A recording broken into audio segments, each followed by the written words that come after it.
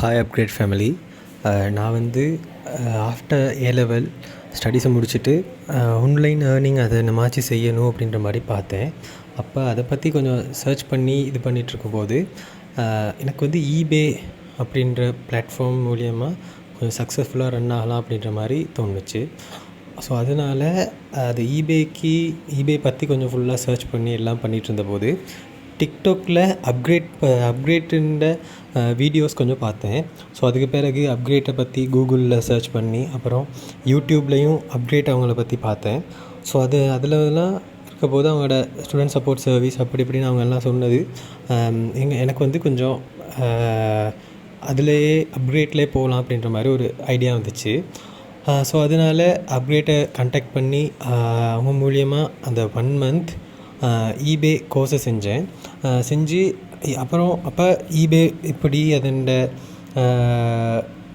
எப்படியெல்லாம் அதில் ஏர்ன் பண்ணலாம் அது ஃபுல்லாக எல்லாமே தரவாக விளங்கி கொள்ளக்கூடியதாக இருந்துச்சு. அப்படின்னா ஆரம்பத்தில் eBayன்னு மட்டும் தெரிஞ்ச எனக்கு eBayயில் எப்படியெல்லாம் ஏர்ன் பண்ணலாம் அப்படின்ற ஃபுல் டீட்டெயில்ஸ் வந்து அதில் தெரிஞ்சு கொள்ளக்கூடியதாக இருந்துச்சு. அதுக்கு பிறகு என்னோட ஃபர்ஸ்ட் லிஸ்டிங் அப்போவும் நான் ரொம்ப சிரமப்பட்டேன். அதை எப்படி லிஸ்ட் பண்ணுறது அப்படின்றதெல்லாம்.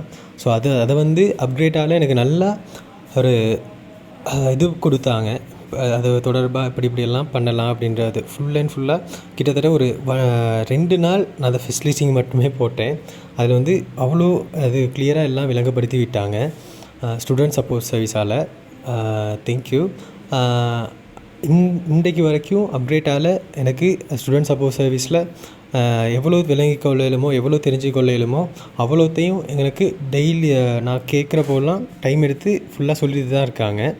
ஸோ அதன் மூலியமாக இப்போ இந்த ஃபர்ஸ்ட் ஆர்டர் எடுத்து அதுக்கு பிறகு இன்னொரு 3 ஆர்டர் மாதிரி எடுத்துட்டேன்.